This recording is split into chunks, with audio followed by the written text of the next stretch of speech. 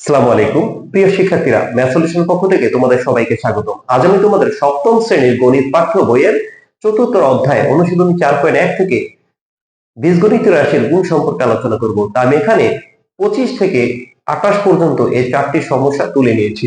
তা আমরা প্রথম যে সমস্যাটি আমরা সমাধানটি করব, আমাদের a এবং b এর মান দেওয়া আছে, আমাদের প্রমাণ করতে হবে a into b equal a cube minus b cube.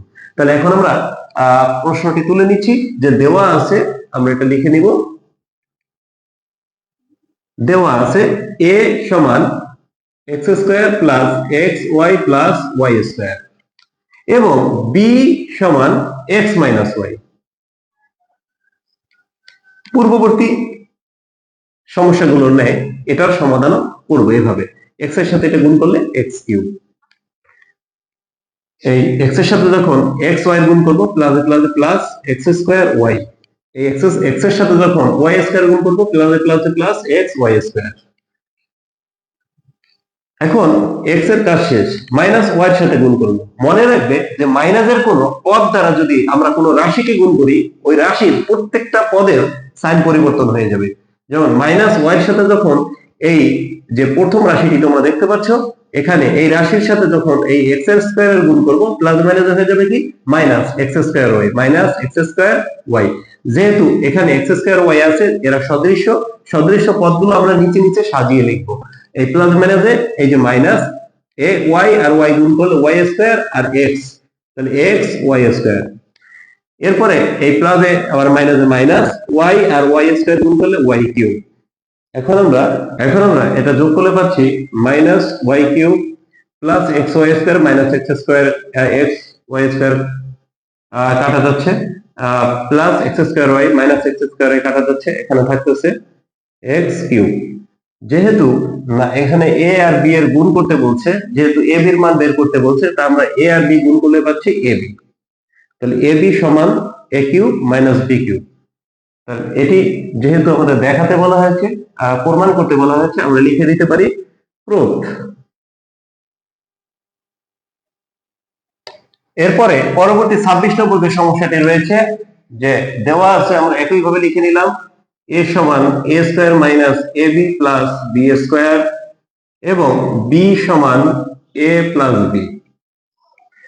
তো আমরা এই a দিয়ে যখন এই প্রত্যেকটা পদকে গুণ করব, a cube plus minus minus a square b, এই এটার সাথে যখন এটা গুণ করব প্লাস a b স্কয়ার, এর কাজ শেষ। এখন প্লাস b দ্বারা যখন আমরা গুণ করব a square b plus a square b, এরা সদৃশ্য, নিচে নিচে সাজিয়ে লিখলাম plus minus minus a b square plus plus plus b cube.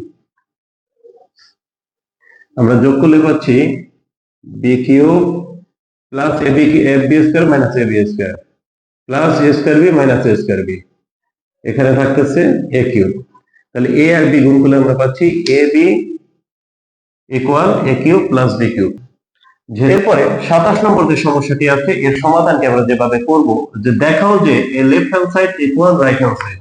এখন আমি লেফট হ্যান্ড সাইডটি তুলে নিব, বাম পক্ষটা তুলে নিলাম, যে a plus 1 a minus 1 into a square plus 1। এর কাজটা করে আমাকে দেখাতে হবে এর ফলাফল a two the power 4 minus 1। তা আমরা প্রথমে এখানে দেখতে পাচ্ছি যে তিনটি রাশির গুণ, এরা তিনটি রাশি পরস্পর গুণ অবস্থায় আছে। এখানে আমি প্রথম দুটি রাশির গুণ আগে করব, তাহলে এটা আমরা এই কাজটা আমরা পরে করব। তাহলে এই দুইটা কাজ আগে করি। তাহলে এর সাথে যখন a গুণ করব a স্কয়ার, এর সাথে যখন মাইনাস 1 এর গুণ হবে মাইনাস a, এর সাথে গুণ হলে মাইনাস a, এর কাজ শেষ। এখন প্লাস 1 এর সাথে যখন এর গুণ হবে প্লাস a, অনেক সাথে গুণ করলে a, minus minus plus minus minus 1 এর সাথে 1 গুণ করলে 1। যেটা বাদ রেখেছি, যার কাজ করিনি, ওটা এভাবেই থেকে যাবে। এখন আমরা দেখতে পাচ্ছি প্লাসে মাইনাসে কেটে গেলে থাকতেছে a স্কয়ার মাইনাস 1, আর এখানে থাকতেছে a স্কয়ার প্লাস 1। এখন ত্রিপদ থেকে ত্রিপদী রাশির গুণফল থেকে আমরা দ্বিপদী রাশির গুণফলে চলে এসেছি।